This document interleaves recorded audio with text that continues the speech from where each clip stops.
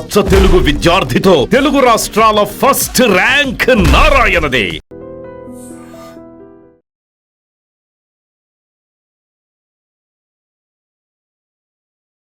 ఐడ్రీమ్ ప్రేక్షకులందరికీ నమస్కారం. ఈరోజు మనతో పాటు జ్యోతిష్య వాచస్పతి బ్రహ్మశ్రీ పోతుకుచ్చి చంద్రమౌళి శాస్త్రి గారు మనతో పాటు ఉన్నారు. గురుగారితో మాట్లాడదాం. నమస్కారం గురుగారు. ఓం శ్రీమాత్రే నమః. ఆయుష్మతీ భవ. గురుగారు, చాలామంది దేవాలయంలో 108 ప్రదక్షిణాలు చేస్తే వాళ్ళు కోరుకున్న కోరికలు నెరవేరుతాయని చాలామంది నమ్ముతూ ఉంటారు. అసలు 108 సంఖ్యకు ఉన్న ఆధ్యాత్మిక ప్రాముఖ్యత ఏంటి? అలాగే 108 ప్రదక్షిణాలు చేసేటప్పుడు మనం ఏమైనా నియమాలు పాటించాలా? ఈ వివరిస్తారా? చాలా చక్కటి, అందరికీ అనుమానం తీర్చేటటువంటి ప్రశ్న, అందరూ తెలుసుకోవాల్సినటువంటి చిన్న విషయం అమ్మ. దీనికి పరిహారం కూడా ఆల్రెడీ మీరే అన్నారు, ప్రదక్షిణం చేయడానికని. యాక్చువల్లీ అమ్మ, మనకి ఉన్నటువంటి నిత్య దైనందిక జీవితంలో దేవాలయాలకు వెళ్ళటమే అతి కష్టమైపోయాను. ప్రదక్షిణాలు ఎక్కడ చేస్తారమ్మా? మన ఇంట్లో పూజలు చేసుకుంటే మన చుట్టూ మనం తిరిగేస్తాం. ఎందుకని మన చుట్టూ మనం తిరుగుతాం? మనలో ఒక ఆత్మ ఉంటుంది, జీవాత్మ అంటారు. అంటే మనలో ఆత్మ ఉంది అంటే సాక్షాత్తు పరమేశ్వరుడో శ్రీమన్నారాయణుడో మనలో ఉన్నట్టే కదమ్మా, అవునా కదా? అంటే నీలోన శివుడు గలదు, నాలోన శివుడు గలడు అని మన మహానుభావుడు పాట రాశాడు. అంటే ప్రతి మనిషిలో, ప్రతి జీవిలో ఉంటుంది. అందుకనే మన చుట్టూ మనం తిరిగితే 3 సార్లు దేవుడి చుట్టూ తిరిగినారు అని చెప్పి దానికి మంత్రం ఉంటుంది, అయిపోతుంది. కొంతమందికి తీవ్రమైనటువంటి కష్టాలు వస్తాయి, తీవ్రమైనటువంటి కోరికలు ఉంటాయి.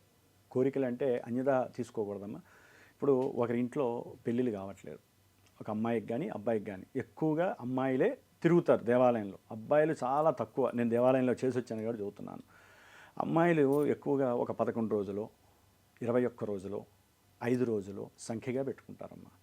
పెట్టుకొని 108 ప్రదక్షిణాలు, అమ్మవారి అయితే అమ్మవారికి, శివుడికి అయితే శివుడికి, వారి జాతకంలో ఉన్నటువంటి సిస్టమ్ను బట్టి ఈ టైంలో ఈ దేవుడికి చేయండి. కొంతమంది హనుమంతుల వారికి చేస్తారు, కొంతమందికి విష్ణుమూర్తికి చేస్తారు 108 ప్రదక్షిణాలు, కొంతమంది మనకి ఈశ్వరుడికి చేస్తారు. దేనికంటే అది జాతకంలో చూస్తే కానీ తెలియదు. ఎవరి వలన దోషం కలుగుతుందో ఆ గ్రహానికి సంబంధించినటువంటి అధిష్టాన దేవత అయినటువంటి దేవతలకి చేయాలి. అంటే కానీ మనకేమో మన జాతకంలో ఉన్నటువంటి గ్రహం ఒకటైంది అనుకోండి. ఇప్పుడు గురుడు ఉన్నాడు, గురుడికి శివుడికి చేయరు సాధ్యంత వరకు. ఏ రాముల వారికో విష్ణుమూర్తికో చేస్తారు. అదే శనికి సంబంధించిన దోషం ఉందనుకోండి, ఆయన వలన కార్యాలు ఆలస్యాలు అవుతున్నాయి, లేకపోతే కార్యాలు ఆటంకాలు కలుగుతున్నాయి, పూర్తి కావట్లేదు అనుకుంటే ఈశ్వరుడికి చేస్తారు. అట్లా రాహుగ్రహం దోషం ఉందనుకోండి, దుర్గా అమ్మవారికి చేస్తారు. కేతుగణం, వారి జాతకంలో ఏదైనా కేతు వలన సమస్యలు ఎక్కువగా ఉన్నాయనుకోండి, విద్యార్థులకు, లేకపోతే గణపతి చుట్టూ 108 ప్రదక్షిణాలు చేస్తారు. అంటే 108 ప్రదక్షిణాలు ఎవరికి చేస్తారు? సాధ్యం వరకు దేవాలయంలో దేవతామూర్తులకి చేస్తారు, అవునా? మరి చేసేటప్పుడు 108 ప్రదక్షిణాలు ఎందుకు చేయాలి?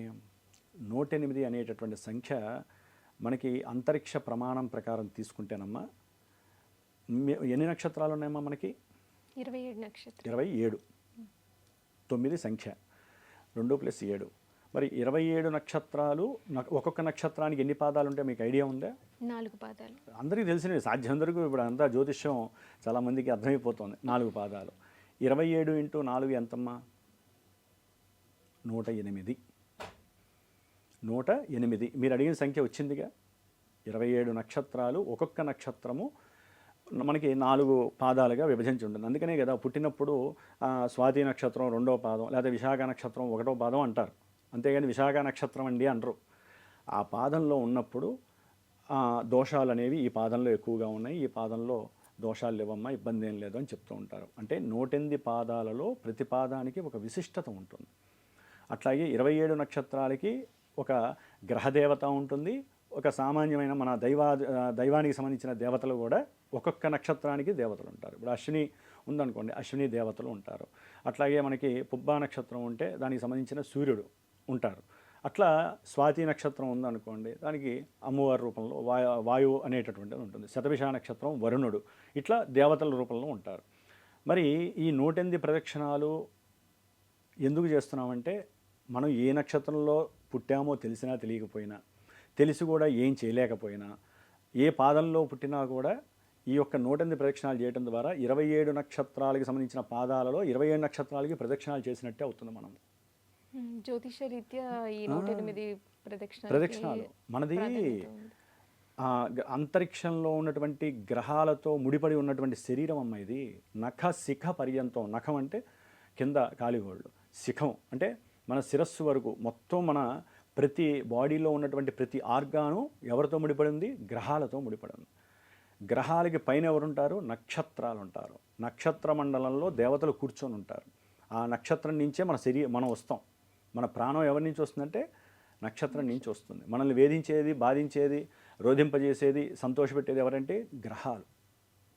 కాబట్టి దానికి పోర్ట్ఫోలియోస్ ఇచ్చేశాడు పరమేశ్వరుడు. కాబట్టి 108 ప్రదక్షిణాలు చేయటం వలన వారు మొత్తం నక్షత్రాల్ని సంతోషపెడతారు, నక్షత్ర పాదాల అధిష్టాన దేవతల్ని సంతోషపెడతారు, నవగ్రహాలు సంతోషపడతాయి. ఇంకా వాళ్ళలో ఏమవుతుందమ్మా?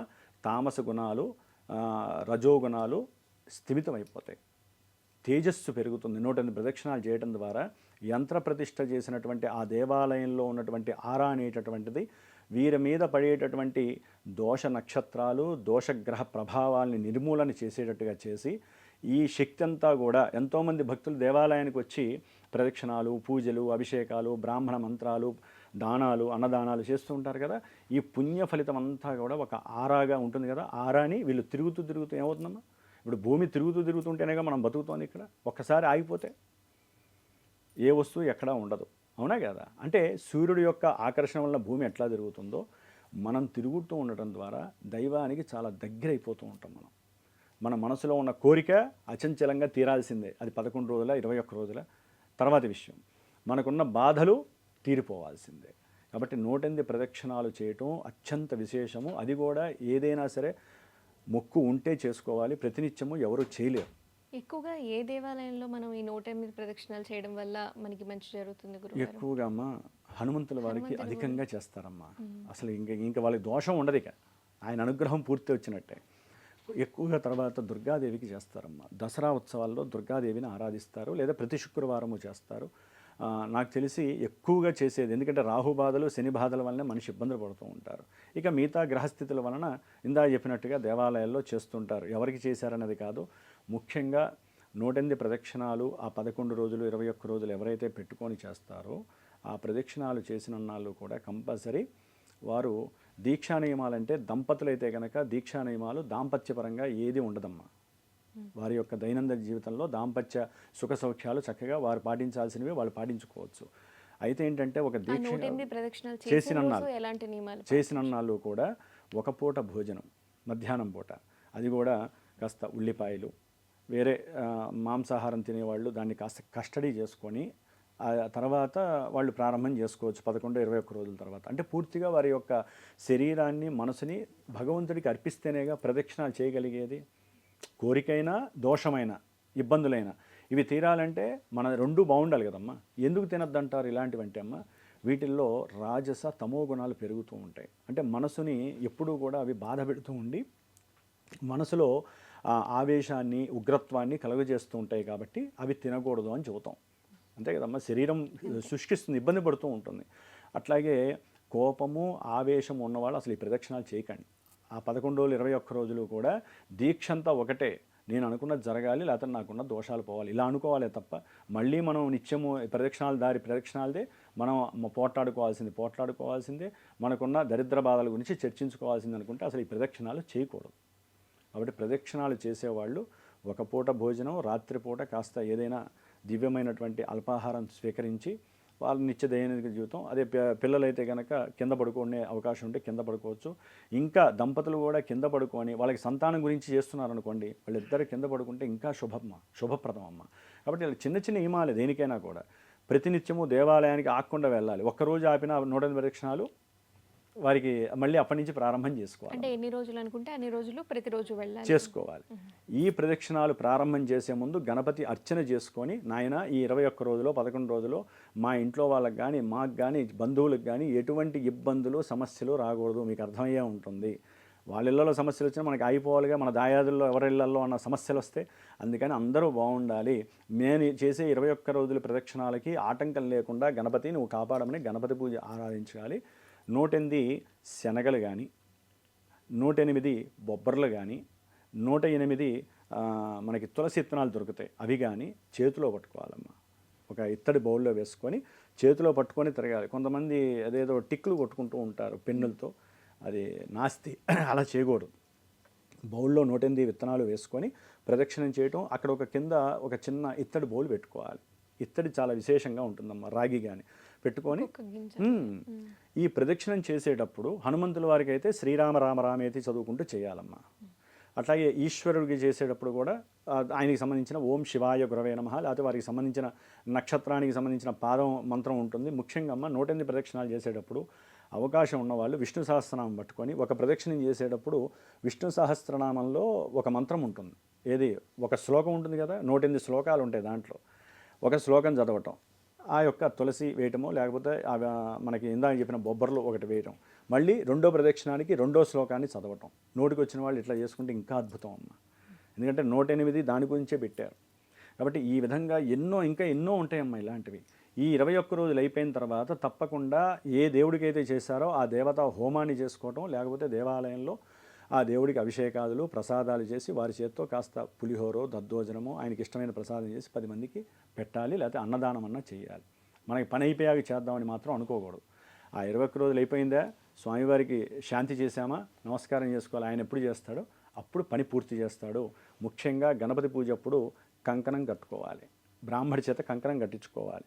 ఎందుకంటే 21 రోజులు వీరు రక్షణగా ఉండాలి, శరీరము మనసు రక్షణగా ఉండడానికి కంకణం కట్టుకోవాలి. 21 రోజులు అయిపోయిన తర్వాత తీసి చెట్లలో కానీ పారే నీళ్ళల్లో కానీ వేసేసేయాలి. ఈ విధంగా చిన్న చిన్న నియమాలని మనస్ఫూర్తిగా కనుక వీరు అగ్రీ చేస్తే నవగ్రహాల యొక్క నక్షత్రాల యొక్క అనుగ్రహం పరిపూర్ణంగా వీరికి అనుకూలంగా ఏర్పడి మీరు ఏ దేవుడికైతే 108 ప్రదక్షిణాలు చేస్తున్నారో 100% ఆ దేవతా అనుగ్రహం వీరికి లభిస్తుందని మా గురువులు చెప్పారు. ఎంతోమంది మరి నేను దేవాలయంలో చేసినప్పుడు అనుభవించి మేము ఎంతోమందికి చెప్పాము, వాళ్ళు చేశారు, అనుభవించారు. కాబట్టి అందరూ పరిపూర్ణంగా అనుభవించేటటువంటిదే ఈ 108 ప్రదక్షిణాల యొక్క విశిష్టత. 108 సంఖ్యకున్న ప్రాధాన్యత, అలాగే ప్రదక్షిణాలు చేసేటప్పుడు మనం ఎలాంటి పరిహారాలు చేసుకోవాలో చక్కగా వివరించారు. ధన్యవాదాలు గురుగారు. శుభమస్తు. And for more videos, Please subscribe to iDream. Please subscribe to iDream. Please subscribe iDream. And please subscribe to iDream. For more videos, subscribe to iDream. please like, share, and subscribe to the channel. Congratulations, iDream. Subscribe to iDream. Subscribe to iDream. So subscribe to iDream Media. iDream की iDream team अंदर की huge congratulations. Please subscribe iDream Media. Please subscribe to iDream. Subscribe iDream. Please subscribe to iDream. iDream అంటే నా కళల channel subscribe చేసుకున్న నోరు తిరుగుతలేదు, మీరైతే గంట గుర్తు కొట్టండి. For more such videos, please subscribe to iDream. Subscribe to iDream. Please subscribe to iDream. Please subscribe iDream Media. Please do subscribe to iDream. Please subscribe to iDream Media. For best entertainment and information, please subscribe iDream. And don't forget to subscribe to iDream.